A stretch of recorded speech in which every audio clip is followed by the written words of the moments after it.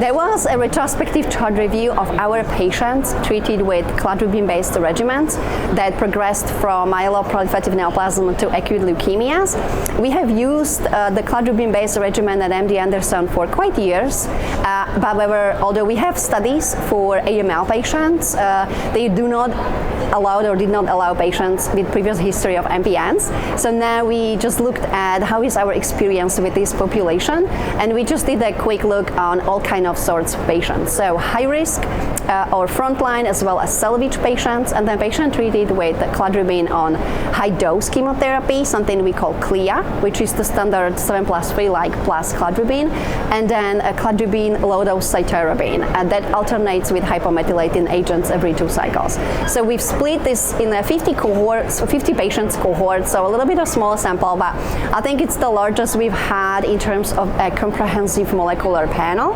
And then we've seen how they respond, how they look like molecularly, and basically, of course, as expected, frontline patients, and particularly patients that were not pretreated with hypomethylating agents, which is a compound used in these patients, for example, when they have accelerated phase or blastic phase even before.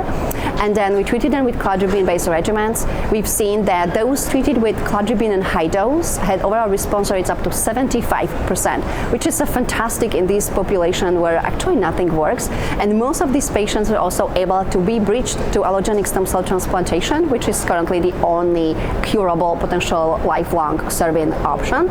And then patients with the Cladribine and low-dose cytarabine regimen, 50% had overall response. But interestingly, in that cohort, there were quite good amount of patients that would be alive past 12 months from the initiation. We have to keep in mind these patients have median survival of 4 months.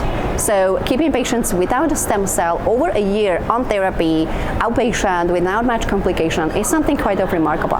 So they would actually serve for our future of designing clinical studies with the Cladribine-based regimens. But so far what we've seen was very promising efficacy and promising role for either bridging patients to stem cell if they're eligible, and then or keeping them on a relatively tolerated, more safe regimens, and hopefully offering them longer survival than just the 4 months historically.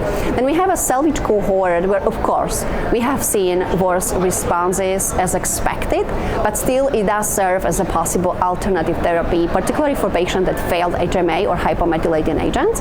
And then just to bottom up, we also split those that would respond or would not respond based on the pretreatment with hypomethylating agents.